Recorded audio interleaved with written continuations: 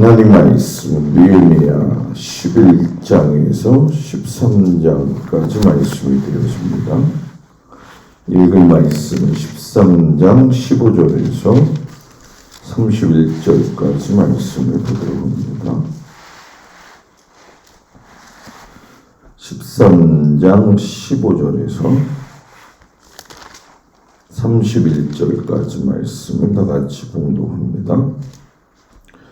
그때 내가 본즉 유다에서 어떤 사람이 안식일에 술틀을 밟고 곡식단을 나귀에 실어 운반하며 포도주와 포도와 무화과와 여러 가지 짐을 지고 안식일에 예루살렘에 들어와서 음식물을 팔기로 그날에 내가 경계하였고 또 두로 사람이 예루살렘에 살며 물고기와 각양 물건을 가져다가 안식일에 예루살렘에서도 유다 자손에 팔기로 내가 유다의 모든 귀인들을 꾸짖어 그들에게 이르기를 너희가 어찌 이 악을 행하여 안식일을 범하느냐 너희 조상들이 이같이 행하지 아니하였느냐 그래서 우리 하나님이 이 모든 재앙을 우리와 이 성읍에 내리신 것이 아니냐 그럼에도 불구하고 너희가 안식일을 범하여 진노가 이스라엘에게 더욱 심하게 임하도록 하는도다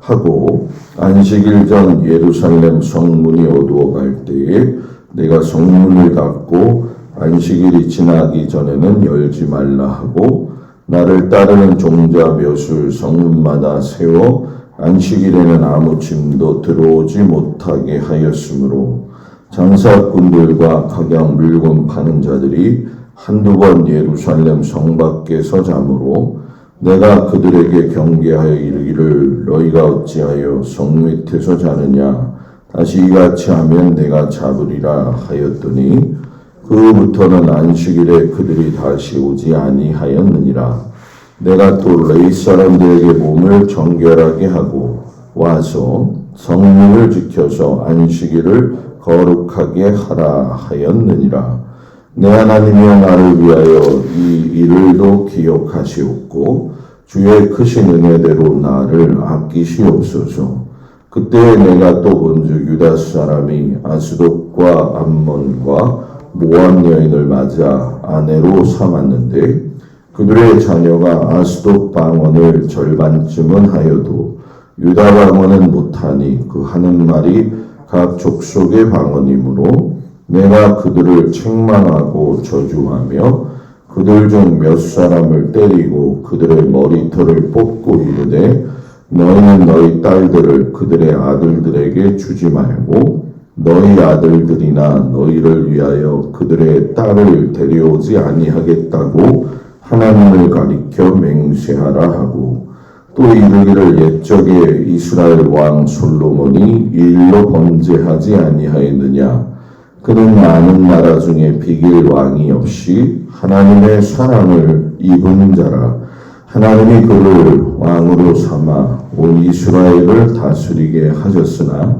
이방 여인이 그를 범죄하게 하였나니 너희가 이방 여인을 아내로 맞아 이 모든 큰 악을 행하여 우리 하나님께 범죄하는 것을 우리가 어찌 용납하겠느냐 대제사장 엘리야십의 손자 요야다의 아들 하나가 호론 사람 산발랏의 사위가 되었으므로 내가 쫓아내어 나를 떠나게 하였느니라. 내 하나님이여 그들이 제사장의 직분을 더럽히고 제사장의 직분과 레위 사람에 대한 언약을 어겼사오니 그들을 기억하옵소서. 내가 이와 같이 그들에게 이방 사람을 떠나게 하여 그들을 깨끗하게 하고 또 제사장과 레위 사람의 반열을 세워 각각 자기 일을 맡게 하고 또 정한 기한에 나무와 처음 익은 것을 드리게 하였사오니 내 하나님이여 나를 기억하사 복을 주옵소서. 아멘. 느헤미야가 마무리가 되어지죠. 오늘 읽은 말씀이 11장부터 13장까지의 말씀인데 11장 시작을 보게 되어지면 느헤미야가 성벽 재건 후에 예루살렘에서 거주할 사람들을 여호수아 때 12지파를 제비 뽑아 나누어 준 것처럼 똑같이 시행을 하게 되어집니다. 이 제비 뽑기를 통해서 예루살렘에 거주하게 되어지는 사람들을 갖다가 이제 성경에 적어 놓았는데, 특별히 어떤 형식으로 제비 뽑기를 했느냐 하면은 책임 있는 사람들, 그리고 자원하는 사람들, 먼저 백성들에게 있어서 지도자를 살게 했죠. 그것은 그 지도자들의 거주가 지도자이기 때문에 그렇다라고 하는 것도 있지만, 제일 중요한 건 하나님의 자녀로서의 그 지도자들이 가져야 될 책무에 대한 막중한 충성, 그 사명심을 또 일깨웠던 것이 느헤미야의 귀한 생각이었죠. 지도자가 엇길로 나가게 되거나 지도자가 그 일에 충성하지 않고 모범을 보이지 않으면 백성들이 따라오지 않기 때문에 그랬죠. 그리고 제비를 뽑아가지고 백성들 중에 10분의 1을 예루살렘 성 안에 거주를 하도록 합니다. 그리고 자원하는 자들이 또 예루살렘에 거할 수 있도록 되어지는데, 이 모든 일에 대해서 이 11장 4절 9절까지 보게 되면 아주 여러 사람의 그 거주한 자들의 명단이 나오죠. 11장 10절부터 14절까지는 또 제사장의 이름의 명단이 또 기입이 되어져 있고요. 15절부터 18절까지는 레인들의 명단이 올려져 있습니다. 그리고 19절부터 24절까지 보게 되면 성전에서 봉사했던, 그러면서 거주하는 자들의 명단이 쓰여지게 되어지죠. 이들의 이름을 왜 굳이 썼느냐? 이건 어떤 하나의 역사적 문헌도 되어지만, 이들이 하나님 앞에서 예루살렘 성이 회복되어질 때에 아주 중요한 역할을 했다는 것을 꼭 인식시키기 위해서 이름을 열고 했다라는 거죠. 그리고 특별히 이제 우리가 유다 지파랑 베냐민 지파는 다른 지파들과 달리 주변 외에 성읍을 거주할 때에 있어서 중요하다 생각하는 사람들은 전부 다 이름을 쓰게 되어집니다. 그래서 베냐민 지파, 유다 지파, 성읍의 그 내용들이 25절부터 36절까지 다 얘기를 해요. 그래서 유다 지파 같은 경우에는 기럇 아르바부터 해가지고서는 30절 끝에 보면은 흰놈의 골짜기 장막까지 쳤다, 이렇게 이야기를 하고, 31절에서 36절 보면 게바에서부터 시작이 되어져 가지고 베냐민과 유다가 합하여져서 산 것까지도 이렇게 얘기를 하죠. 결국 이렇게 어우러짐이 있는 예루살렘 성을 위주로 해서 주변 외곽에 살고 또 주변에 살고 또 성전 안에 살면서 제일 느헤미야가 초점을 맞추었던 건 이스라엘의 모든 백성들이 한 마음으로 하나님의 성전을 세우고 성벽을 세우고 한 것은 제사장 나라의 재건의 기쁨을 누리기 위함이었다. 이것을 이야기하는 거죠. 그래서 이 느헤미야의 말씀을 보게 되어지면 교회가 성전 중심을 통해서 모든 성도들이 한마음 한뜻이 되어져 가지고 하나님의 나라를 건설해야 된다라고 하는 것을 예표적으로 우리에게 보여주시는 말씀이 되어지죠. 그리고 느헤미야가 성전 근처 성읍 거주자들의 배치가 끝나고 난 다음에 성전 제도를 위해서 제사장과 레위인의 명단을 조사하게 되어져요. 왜 그러냐 하면은 성전도 그렇고 성벽도 그렇고 지금 제일 중요한 건 하나님께 예배드리는 거거든요. 그러니까 이 일을 위해서 제일 필요한 사람은 제사장과 레위인이었다는 거예요. 그래서 느헤미야 12장 1절에서 7절까지 보면 1차로 귀환한 제사장과 레위인의 명단이 나오고요. 12장 8절부터 11절까지 보게 되면 제사장 예수와의 자손들의 명단이 나옵니다. 그리고 12절부터 21절까지 보면 제사장 족장들의 명단이 나오죠. 그리고 22절에서 26절을 보게 되면 레위 족장들의 계보와 명단이 나오게 되어져요. 그래서 예루살렘의 의미는 성전에 있는 거거든요. 그래서 우리가 우주론을 볼 적에 우주의 중심은 지구가 되어지고 지구의 중심은 이스라엘이 되고 이스라엘의 중심은 예루살렘이 되고 예루살렘의 중심은 성전이 되어지고 또 성전의 중심은 지성소가 되어지는 것처럼 하나님을 섬기는 일에 있어서만큼은 최고로 삼았다는 거죠. 그래서 모세 시대부터 솔로몬 시대까지 이 하나님의 일을 하는 데 있어서 제일 중요한 건 제사장과 레위인이었잖아요. 그래서 이 느헤미야가 제사장 가문, 레위 가문을 확인을 하면서 제사가 잘 회복되어야지만이 제사장 나라가 되어질 수 있기 때문에 이 제사장과 레위 가문을 바로 세우는 것을 참 중요하게 여겼다라는 거죠. 그래서 어느 곳이든 마찬가지지만 교회도 똑같다고 생각을 해요. 목사와 더불어 임원들 모두가 하나님 앞에 성도들이 바르게 세워져야지만이 하나님의 교회의 역할을 감당할 수 있다라는 얘기죠. 북이스라엘과 남유다가 멸망한 원인은 제가 여러분들한테 누차 강조하지 않아도 알 수 있는 것 중에 하나가 제사장과 레위인들의 타락으로 인해 가지고 백성들을 소홀히 하게 되어졌기 때문에 이 결과가 찾아온 것이잖아요. 그렇기 때문에 느헤미야가 이 대제사장과 제사장의 또 레위인들의 이름을 썼다는 건 그만큼 막중하다라고 하는 것을 보여주고 있는 그런 말씀이죠.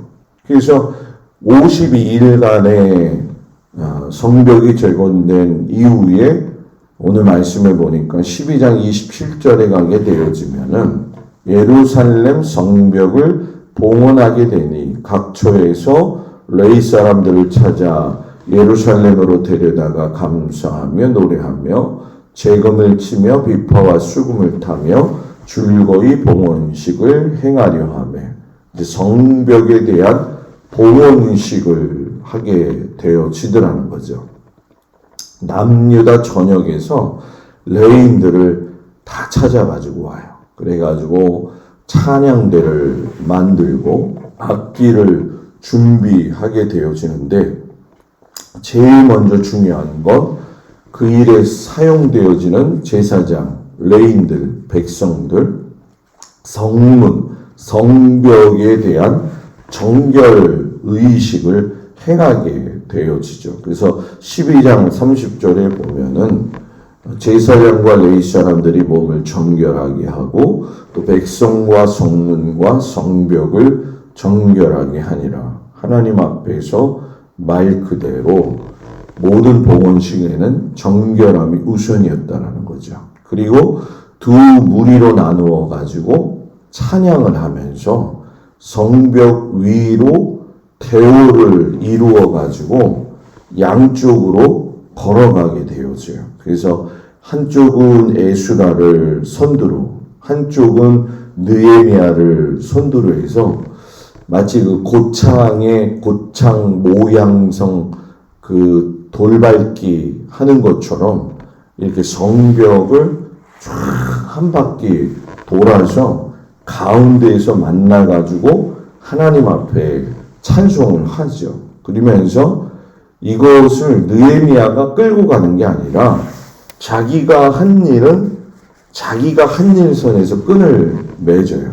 그리고 이 모든 일에 대한 거는 제사장에게 넘겨서 복원식 제사를 이끌어 가죠. 그러니까 이 느헤미야는 제사장은 아니었잖아요. 그렇기 때문에 그걸 구분할 줄 알았다라는 거죠. 그리고 하나님 앞에 제사를 올려드리게 되어지는데 이 마지막 줄 오늘 우리가 성경을 쭉 계속 보게 되어지면 느헤미야 12장 43절 보게 되면 아주 이런 말씀이 있죠. 이날에 우리가 큰 제사를 드리고 심히 즐거워했으며 하나님이 크게 즐거워하게 하셨음고 부녀와 어린아이도 즐거워하였고 예루살렘이 즐거워하는 소리가 들렸다. 한 절 안에 즐겁다라는 얘기가 4번이 들어가요. 그러니까 150년 전에 예레미야가 예루살렘이 폐허되는 모습을 보면서 밤새워 울었잖아요. 그죠? 얼마나 많이 울었어요. 그런데 150년 만에 느헤미야가 예루살렘 성을 안전하고 웃음소리가 넘치는 곳으로 세워 놓게 되어지는 거죠.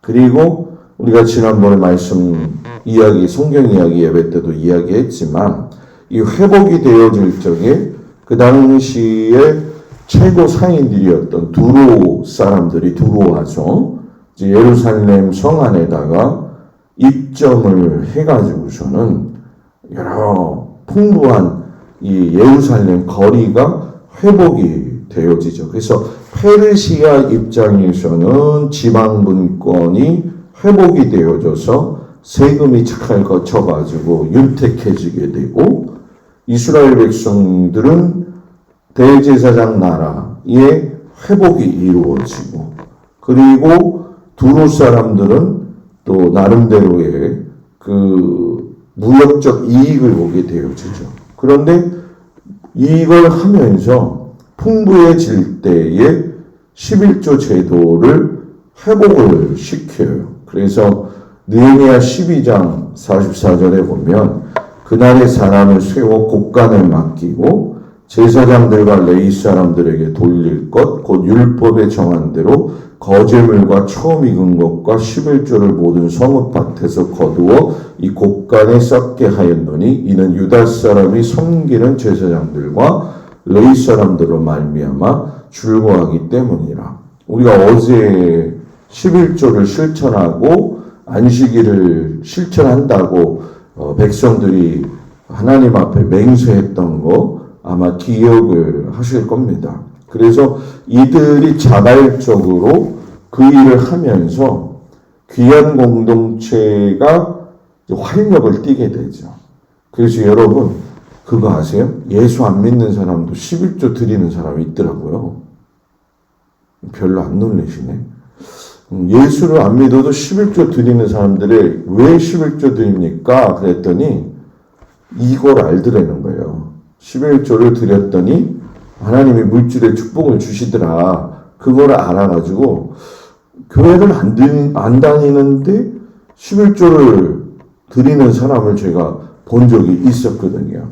이 세상 사람들도 그걸 알고 있는 것처럼 이 지금 성읍 세워지고 나서 제사장 레위인들을 또 그리고 성전 봉사자들 그리고 이 모든 백성들이 11조를 통해서 제일 우선순위는 하나님께 영광을 돌리고 제2순위로서는 제사장과 레위인들이 삶의 기반이 튼튼해지고 그리고 성전의 곳간이 가득 차게 되어짐으로 인해 가지고서는 굉장히 즐겁고 기쁜 은혜의 강물이 이제 흘러나오게 되어졌죠. 그런데 느헤미야가 12년간의 총독 기간을 끝내고 느헤미야 13장 6절 9절에 보게 되면 이런 말이 나와요. 내가 예루살렘에 있지 아니하였느니라.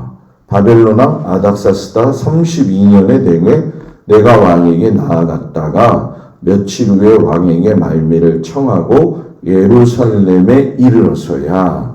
그 뒷말이 더 무섭죠. 엘리야십이 도비야를 위하여 하나님의 전들의 방을 만든 악한 일을 안지라.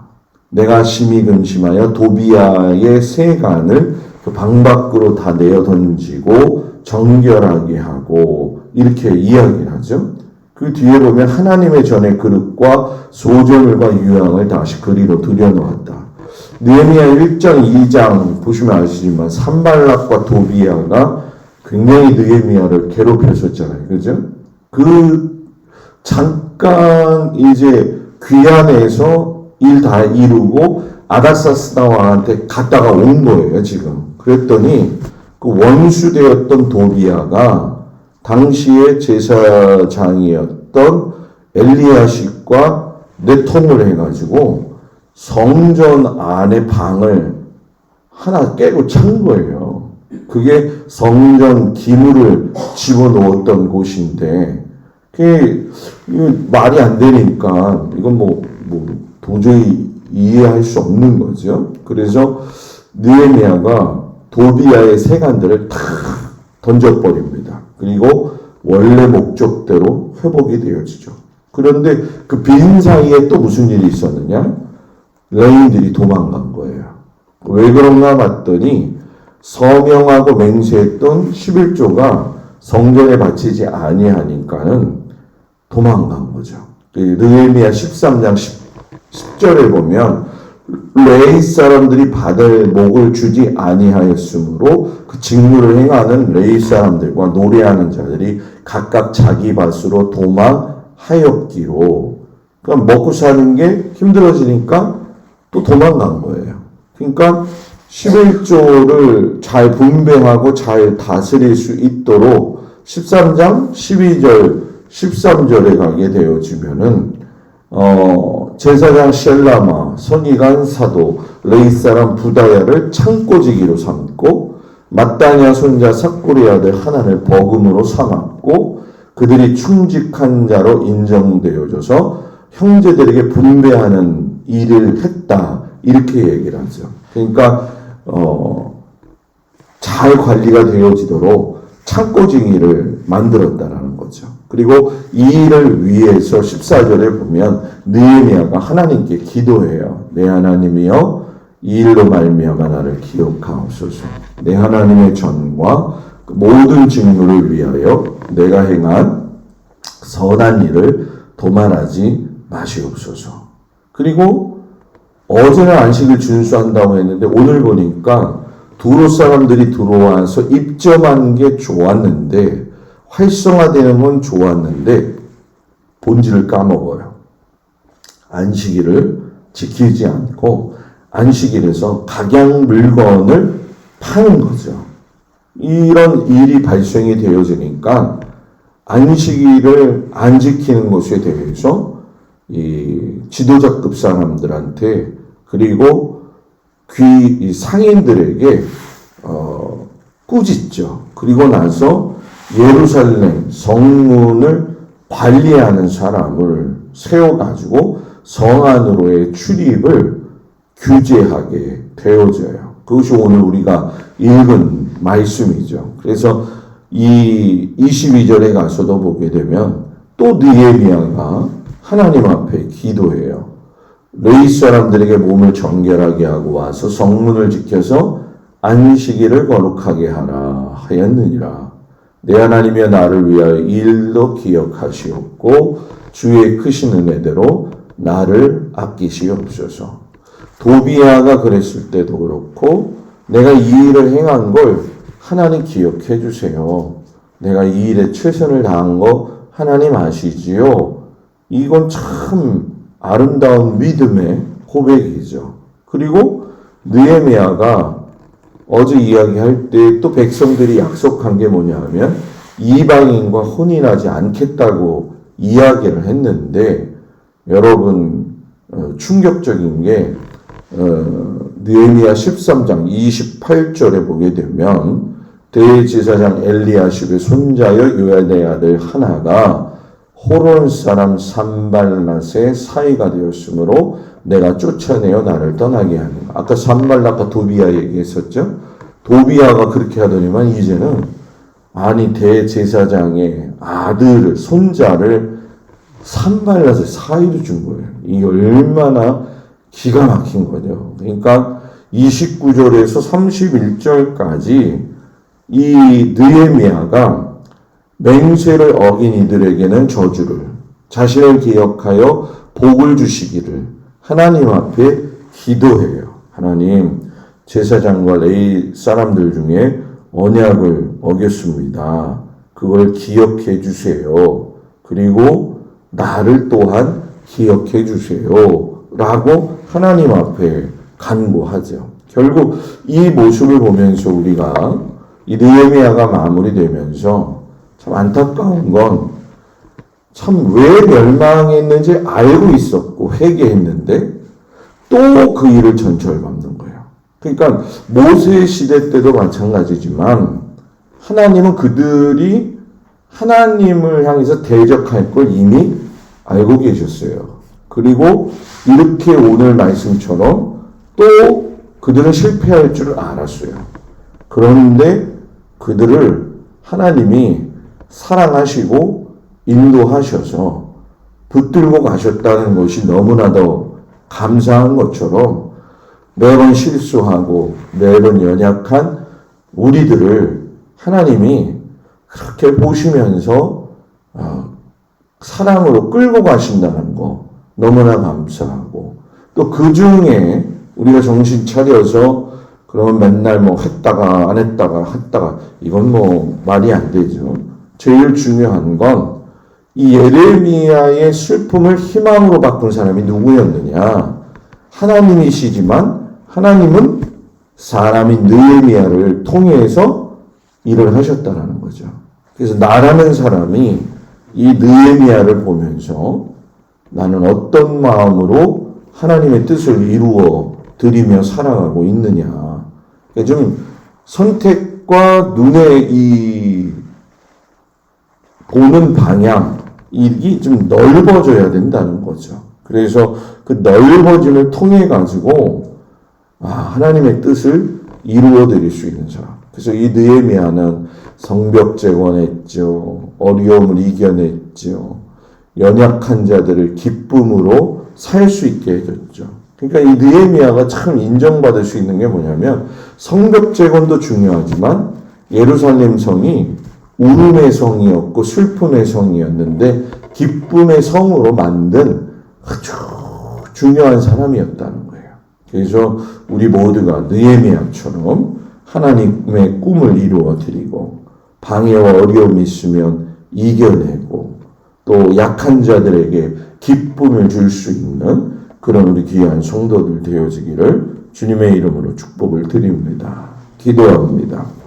하나님, 느헤미야가 하나님 앞에 쓰임받았던 그 모습을 보면서 우리도 하나님 앞에 그런 쓰임받기를 간절히 원합니다. 우리가 하나님이 역사하실 때에 어떻게 쓰임받을 수 있는 제목이 되어지느냐, 이건 나의 준비, 나의 생각, 나의 삶의 태도가 결정되어집니다.